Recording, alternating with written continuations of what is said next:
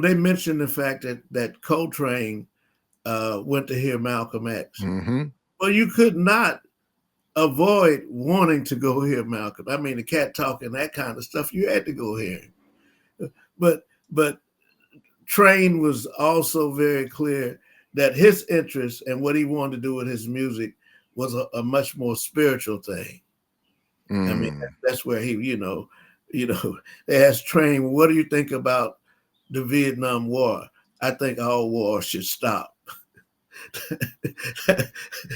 That was Train, and then he would do a 40-minute piece called Peace on Earth. But Max did a thing for Mao Zedong.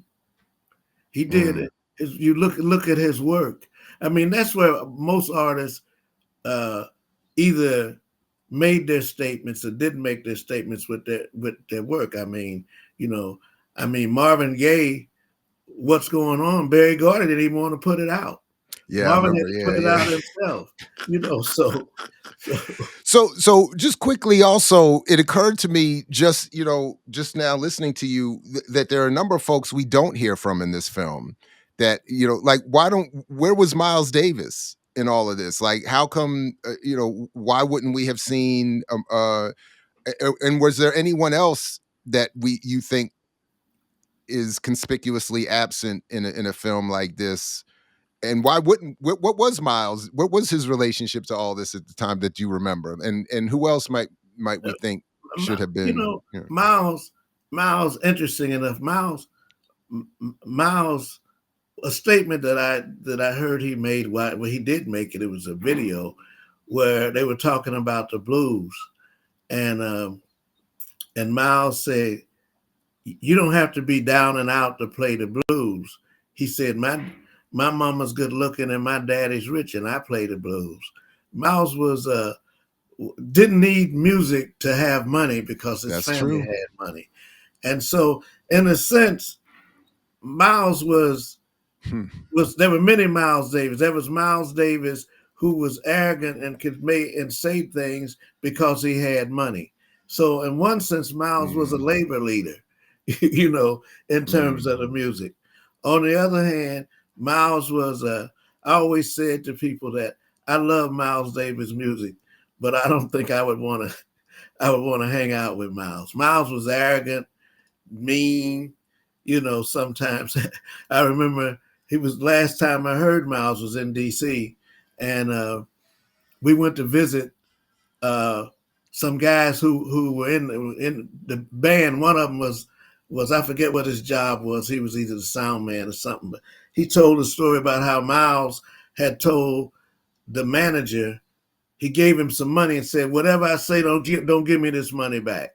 So Miles asked the guy for the money. And the guy said, "Miles, you told me not to give you the money back."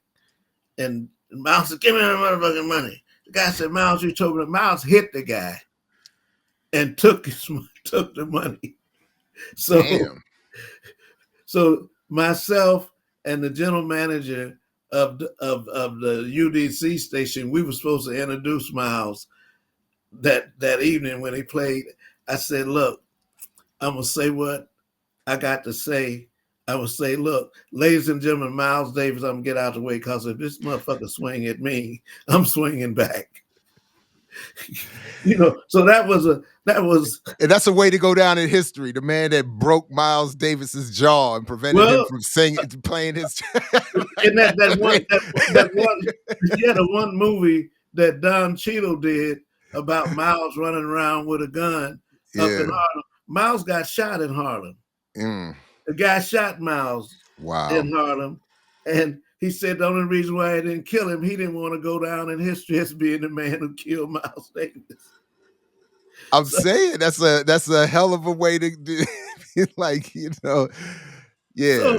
So that's interesting. Not only that Miles was not in the movie, but none of the more progressive music that came after that period, the music from the AACM, the Black Artists Group, and whatever, none of that music was in the film. So in that sense, I guess he could say that he wanted to stay within that period. Uh, I mean, if there was any weakness, it did not connect itself to. I guess he said he wanted to keep it in that period, but I mean, I thought he could have made some connection to what's going on today. But I mean, it's You mean artistically? Because I know, like, you know, for instance, some of the criticism that I've heard, and I probably agree with, are the attempts to connect it to today with those car commercials, with the Tesla commercial, and then, you know, that he throws in there, and then there is reference to the ongoing plight of the Congolese, but it's not overtly made. It's not, and then there's no, but there, and there was no attempt to connect it to today in terms of artists, uh, and the use of culture to give cover to U.S. imperialism, which of course has been done with hip hop. You know, Hillary Clinton, when she was Secretary of State, overtly said, "We're sending rappers over here to do just what we did with the jazz artists in the '50s." oh yeah, And to your point, I've even known a few rappers who've gotten those invitations, and admittedly, understandably, took the little bit of money and the world travel and did their thing. But at the same time, it whatever good they were able to do, it was done to serve U.S. state interests. So and you know, my experience has been, and I want to choose my words carefully here, uh, that I would say the filmmaker had a good understanding of jazz or black music, but just based on what he chose.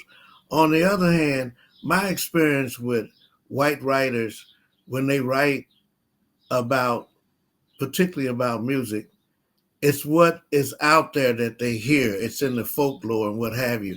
It's not original, you know. I mean, because there's just certain stories that go around in particularly in the black community about musicians and I mean I read critics in the New York Times and I'm saying that they don't really know anything about that. They heard that that happened, and so I think a lot of what he was doing was based on what he heard, based on what he read about the history of that time. I mean, I I don't think the film broke any new ground, but I think it was a great film. I would say that I thought for what it was a great film. I mean, I've always said that we can't expect any film, whatever it is, to tell our story, our history, and the way in which we want it. That's not going to happen. I don't care how good it is. But I mean, like I say, I saw the film. The last time I saw it, I had a tremendous emotional reaction to just. I mean, Lumumba was just a very beautiful black man. I mean, I mean, and I was on the panel. And I said, man, I wanted to just slap somebody. you know, I mean, just the emotional reaction and the cavalier way in which they dealt with a man's life, dealt with a history of a people. I mean, the only way you can really straighten that stuff out is revolution. I mix what I like, what I like, what I like, what I like, what I like.